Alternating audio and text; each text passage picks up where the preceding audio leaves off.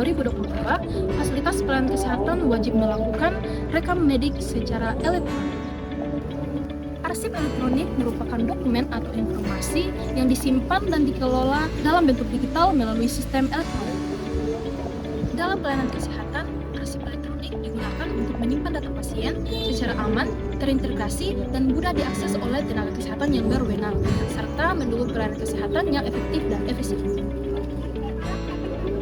Digitalisasi arsip kesehatan melalui rekam medis elektronik memberikan banyak manfaat, seperti mempercepat akses data pasien, meningkatkan keamanan dan kerahasiaan informasi, mengurangi penggunaan dokumen kertas, mencegah kehilangan arsip, serta mendukung pelayanan kesehatan yang lebih efektif, efisien, dan terintegrasi. Salah satu contoh penerapan arsip elektronik adalah penggunaan aplikasi e-Puskesmas di Puskesmas Tabulahan. Pada bagian pendaftaran, data pasien yang pernah berkunjung sebelumnya telah tersimpan dalam sistem elektronik. Ketika pasien datang kembali, petugas cukup mencari nama atau nomor induk kependudukan pada aplikasi sehingga data pasien dapat langsung ditampilkan tanpa harus mencari berkas fisik. Pengendalian sistem berbasis komputer adalah serangkaian prosedur dan tindakan yang dilakukan oleh sistem komputer untuk memastikan komputer itu bisa berjalan dengan aman, baik, dan akurat. Pada pengendalian sistem berbasis komputer, terdapat beberapa aspek penting yang perlu diperhatikan untuk memastikan sistem informasi kesehatan berjalan dengan aman, akurat, dan dapat dipercaya. Tersebut meliputi yang pertama, pengendalian umum. Pengendalian ini mencakup pengaturan hak akses pengguna, penggunaan password, pemeliharaan perangkat keras dan perangkat lunak, serta pencadangan backup data. Kemudian yang kedua, pengendalian aplikasi. Pengendalian ini dapat berupa validasi data, pemeriksaan kelengkapan data, dan pembuatan laporan otomatis. Kemudian yang ketiga, keamanan data pasien. Keamanan data pasien adalah upaya melindungi informasi kesehatan pasien agar tidak diakses, diubah, atau disebarkan oleh pihak yang tidak berwenang. Dan yang keempat, risiko kebocoran data. Risiko kebocoran data adalah kemungkinan data pasien atau informasi penting lainnya dapat tersebar kepada pihak yang tidak berhak. Sebelum kita membahas alur rekam medis, perlu kita ketahui bahwa alur rekam medis adalah serangkaian proses pengelolaan data dan dokumen pasien sejak pasien datang untuk mendapatkan pelayanan kesehatan hingga dokumen rekam medis kembali disimpan di ruang arsip. Alur ini bertujuan untuk menjamin pelayanan kesehatan berjalan dengan tertib serta memudahkan petugas kesehatan untuk memberikan pelayanan. Untuk pasien rawat jalan, proses dimulai dari pendaftaran pasien. Setelah itu, petugas membuat atau mengambil berkas rekam medis pasien. Berkas kemudian didistribusikan ke poli tujuan untuk digunakan selama pelayanan. Seluruh hasil pemeriksaan dan tindakan dicatat dalam rekam medis.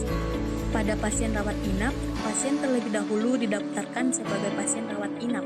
Petugas kemudian menyiapkan berkas rekam medis dan mendistribusikannya ke ruang perawatan yang dituju. Selama masa perawatan, dokter, perawat, dan tenaga kesehatan lainnya mencatat seluruh pelayanan serta perkembangan kondisi pasien ke dalam rekam medis. Alur rekam medis pasien IGD dimulai saat pasien datang ke instalasi gawat darurat.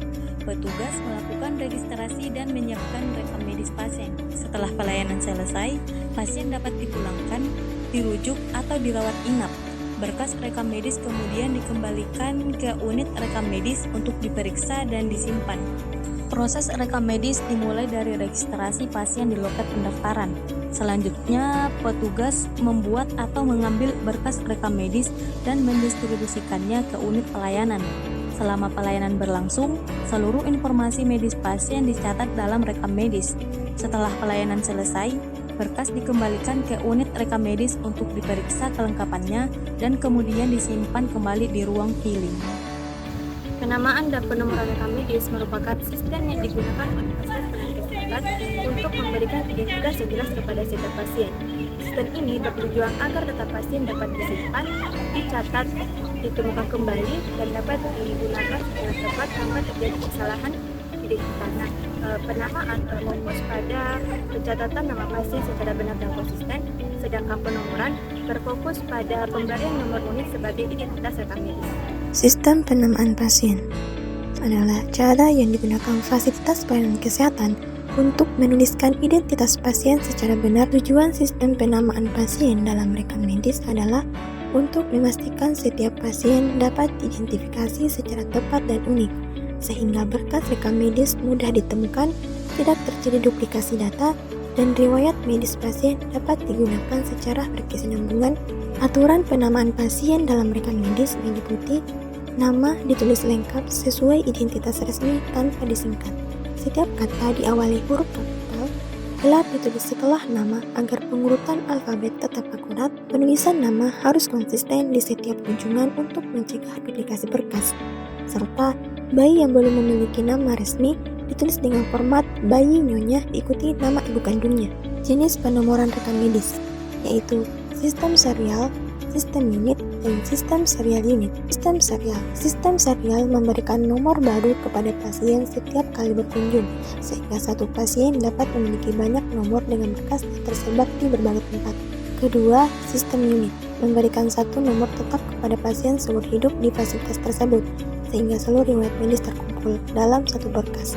Ketiga, sistem serial unit akan gabungan keduanya, di mana pasien mendapatkan nomor baru setiap kunjungan, namun berkas lama selalu dipindahkan ke nomor terbaru agar tetap tersimpan dalam satu tempat. Risiko duplikasi data pasien.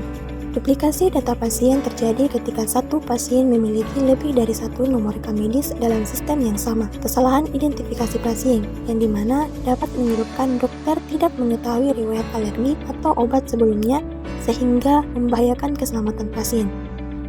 Data statistik rumah sakit menjadi tidak valid karena satu pasien terhitung lebih dari sekali, serta pemborosan ruang penyimpanan dan waktu petugas akibat adanya berkas ganda. Untuk mencegah duplikasi, fasilitas kesehatan menggunakan MPI atau Master Patient Index, yaitu indeks pusat yang memuat data identitas pasien seperti nama, NIK, tanggal lahir, dan nomor rekam medis guna mendeteksi potensi duplikasi sejak awal pendaftaran.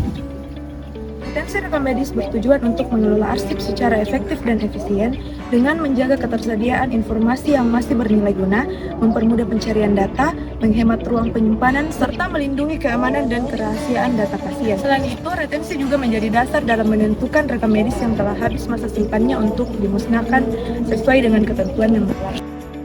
Adapun yang menjadi dasar pelaksanaan retensi dan pemusnahan rekam medis diatur dalam Undang-Undang Nomor 43 Tahun 2009 tentang kearsipan, yang dimana undang-undang ini menjadi dasar utama dalam pengelolaan arsip di Indonesia. Kemudian diatur juga dalam Undang-Undang Nomor 17 Tahun 2023 tentang kesehatan, yang dimana undang-undang ini mengatur penyelenggaraan sistem kesehatan nasional, termasuk pemanfaatan teknologi informasi kesehatan dan perlindungan data kesehatan pasien. Kemudian ada juga dalam Peraturan Menteri Kesehatan Nomor 24 Tahun 2022 tentang rekam medis, yang dimana peraturan ini mengatur penyelenggaraan rekam medis baik konvensional maupun elektronik. Ada beberapa tahapan pemusnahan arsip rekam medis. Yang pertama yaitu identifikasi arsip. Jadi kita perlu mengidentifikasi rekam medis yang telah habis masa retensinya sesuai dengan jadwal retensi arsip yang ditentukan. Kemudian yang kedua yaitu penilaian arsip. Jadi kita perlu melakukan penilaian untuk memastikan bahwa arsip tersebut sudah tidak memiliki nilai guna administrasi, hukum, pendidikan, penelitian, maupun pelayanan kesehatan. Yang ketiga yaitu penyusunan daftar usul pemusnahan. Jadi setelah melakukan penilaian arsip yang memenuhi syarat dicatat dalam daftar usul pemusnahan dan diajukan kepada pimpinan untuk mendapatkan persetujuan. Yang berikut yaitu persetujuan pemusnahan. Jadi pimpinan di fasilitas pelayanan kesehatan memberikan persetujuan setelah seluruh persyaratan administrasi pemusnahan terpenuhi. Kemudian yang berikut yaitu pelaksanaan pemusnahan. Jadi kita dapat melakukan pemusnahan dengan membakar arsip fisik sesuai dengan prosedur yang ada. Kita juga dapat melakukan penghapusan permanen untuk arsip digital, jadi agar data rekam medis elektronik dihapus secara permanen dari sistem dan media penyimpanan. Kemudian yang terakhir yaitu membuat berita acara. Jadi setelah pemusnahan selesai, dibuatkan berita acara yang berisi jenis arsip yang dimusnahkan, waktu pelaksanaan, metode pemusnahan, serta pihak yang terlibat sebagai bukti hukum dalam pemusnahan arsip. Digitalisasi rekam medis merupakan proses perubahan data pasien dari sistem kertas menjadi sistem elektronik. Meskipun memberikan banyak manfaat, tetapi masih memiliki beberapa tantangan. Tantangan pertama yaitu pada keterbatasan SDM. Tidak semua tenaga kesehatan memiliki kemampuan yang sama dalam menggunakan sistem digital, sehingga diperlukan pelatihan dan pendampingan. Lalu yang kedua adalah keterbatasan infrastruktur teknologi. 3. Keamanan dan kerahasiaan data pasien. Data rekam medis harus dilindungi dari risiko kebocoran, akses tidak sah, dan serangan siber. 4. Adaptasi terhadap perubahan sistem. Peralihan dari pencatatan manual ke rekam medis elektronik membutuhkan waktu dan penyesuaian dari tenaga kesehatan. Dan yang terakhir, regulasi dan kepatuhan. Setiap fasilitas kesehatan harus memastikan penggunaan rekam medis elektronik sesuai dengan standar dan peraturan yang berlaku.